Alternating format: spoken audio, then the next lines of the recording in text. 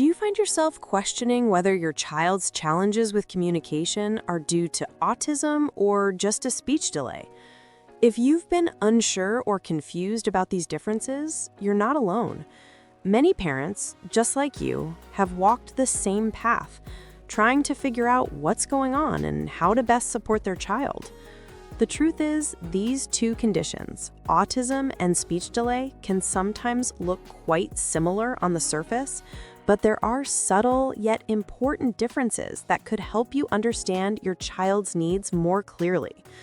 Imagine being in a room full of parents, all with their own concerns, wondering why their children are struggling to speak. Some may think their child will catch up, while others worry there's something deeper going on. You might be right there with them, feeling that tug of uncertainty and the need to figure things out for your own child.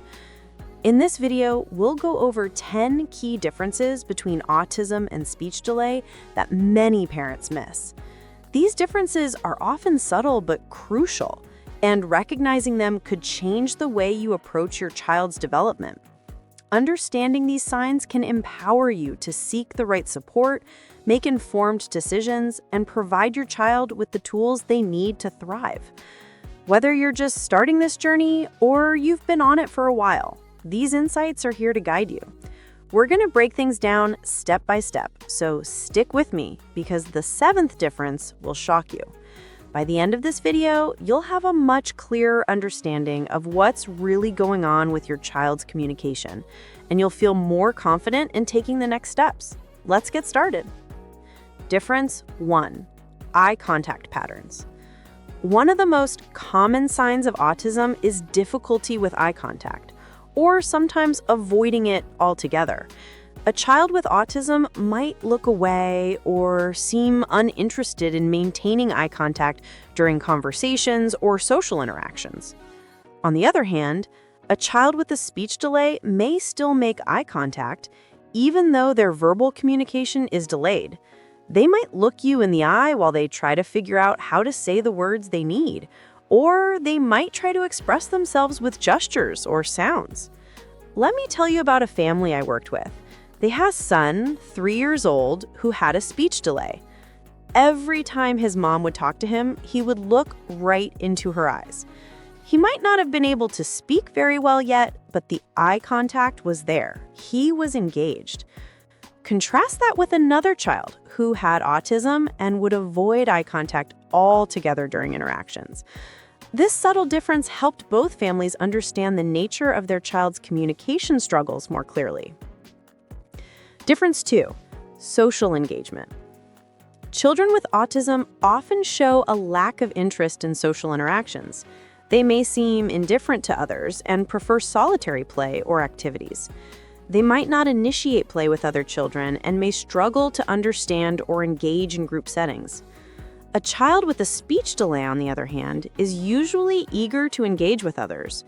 They want to interact, play, and communicate, but they struggle to express themselves verbally. Their frustration might come from the inability to say what they want to say. Take, for instance, Sarah, a 4-year-old with autism. Sarah would rather play with her toys alone and wasn't interested in group play. Her parents tried to encourage her to join in with the other children, but Sarah didn't show much interest.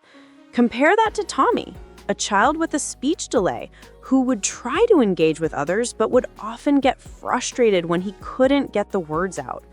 Tommy's desire to socialize was there, but his difficulty communicating was holding him back. Difference 3.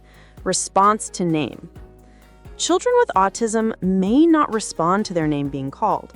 This lack of response can be a sign of sensory processing challenges, or it might be related to social difficulties. On the other hand, children with speech delays generally do respond when their name is called. The challenge for them is not hearing or acknowledging the call, it's that they may have trouble forming words or sentences. There was a child named Lucas who had autism. His parents would call his name, but he wouldn't respond, no matter how loudly or repeatedly they called him. His mom was worried. Meanwhile, her friend's daughter Ella had a speech delay. Ella would turn and look when her name was called, but often didn't have the words to respond. The difference in how they reacted to their names was an important clue for both families. You're already taking the first steps by watching this video. But let's be real. If you don't hit subscribe right now, you'll miss out on the next crucial piece of advice that could make all the difference. Don't risk it. Difference 4. Speech patterns. Many children with autism display echolalia, repeating phrases or words they've heard, even if the repetition isn't appropriate to the context.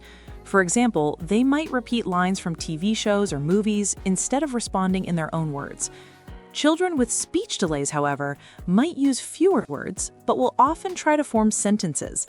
Their speech isn't as fluent, but they make an effort to communicate through what they know. James, a child with autism, would often repeat lines from his favorite cartoon, "I want a cookie," in a robotic tone. But when his mom tried to ask him something like, "What do you want for lunch?" James couldn't respond in a new way. He just repeated the phrase. Meanwhile, another child, Maria, had a speech delay. She would say something like, "I want cookie," but couldn't make full sentences yet. Her attempt at communication was there, it just needed more time and practice. Difference 5. Sensory sensitivities. One of the hallmark traits of autism is sensory sensitivities. A child with autism might have heightened or diminished responses to sensory stimuli, like loud noises, bright lights, or certain textures. This can affect their behavior and ability to communicate effectively. A child with a speech delay might not experience these sensory sensitivities as strongly. Their challenges are mainly focused around language development rather than how they perceive the world around them. Max, a child with autism, would cover his ears every time the vacuum cleaner was turned on. His parents noticed that loud noises, like the sound of a lawnmower or even music playing, would make him agitated. In contrast, Emma, who had a speech delay, wasn't bothered by the noise as much. She might not be able to say please when she wanted something, but she didn't react to sounds the same way Max did. Samuel, who had autism, would never point to indicate something he wanted. Even when his mom asked him to show her what he wanted, he would simply sit there, waiting for her to guess. But Lucy, with a speech delay, would point at the cookie jar, clearly indicating she wanted a treat, even though she couldn't say the words. The difference in their use of gestures gave their parents important clues about what was happening developmentally. If you're watching this and still haven't subscribed, think about this. How many more valuable insights are you missing out on? Every time you wait, you could be missing the very advice that could change your child's future. Don't let that happen. Play behavior. Play behavior in children with autism often involves repetitive actions or a focus on one activity. They may enjoy lining up toys or engaging in one repetitive action without much interest in other types of play. A child with a speech delay enjoys playing with others, but struggles with expressing their needs or following along in the play. They might get frustrated when they can't participate in games the way others can. Thomas, a child with autism, spent hours lining up his toy cars in a very specific order. He wasn't interested in playing pretend with his friends, and when they tried to involve him, he often seemed overwhelmed. Compare that to Sarah, who had a speech delay. Sarah was eager to play with her friends, but had trouble explaining what she wanted to do. She would play with the toys, but couldn't always express herself as clearly as the others. If you're watching this and still haven't subscribed, think about this. How many more valuable insights are you missing out on? Every time you wait, you could be missing the very advice that could change your child's future. Don't let that happen. Difference 7. Emotional responses. Emotional responses in children with autism may seem out of place or disconnected from the situation. They might react to stress or frustration in ways that don't seem to fit the context of the situation. A child with a speech delay might experience typical emotional reactions, but struggles to express those emotions due to limited verbal communication. David, who had autism, would cry and get upset when his toys were moved, even though it wasn't a big deal to anyone else. His emotional response was out of proportion to the situation. On the other hand, Rachel, who had a speech delay, would show frustration or joy in typical ways. She just couldn't always find the words to explain why. Difference 9. Imitation skills. Children with autism often have limited or absent use of gestures, like pointing or waving. They may struggle with using these nonverbal cues to communicate, even though they might have the cognitive ability to understand them. Children with a speech delay are more likely to use gestures like pointing or waving, especially when they have difficulty expressing themselves verbally. They're more likely to use these gestures to help communicate their needs. Samuel, who had autism, would never point to indicate something he wanted. Even when his mom asked him to show her what he wanted, he would simply sit there, waiting for her to guess. But Lucy, with a speech delay, would point at the cookie jar, clearly indicating she wanted a treat, even though she couldn't say the words. The difference in their use of gestures gave their parents important clues about what was happening developmentally. Difference 10. Understanding of language. A child with autism may have difficulty understanding figurative language, idioms, or abstract concepts. They might take things very literally, which can affect their communication. A child with a speech delay usually has a basic understanding of language, but may struggle to express themselves using the right words. Jack, who had autism, would hear someone say, "Let's hit the road," and he would look confused, not understanding it was a metaphor for leaving. On the other hand, Lily, who had a speech delay, might understand the phrase, but struggle to say, "Okay, let's go," due to her limited vocabulary. These differences are subtle, but recognizing them can help you better understand where your child is in their development.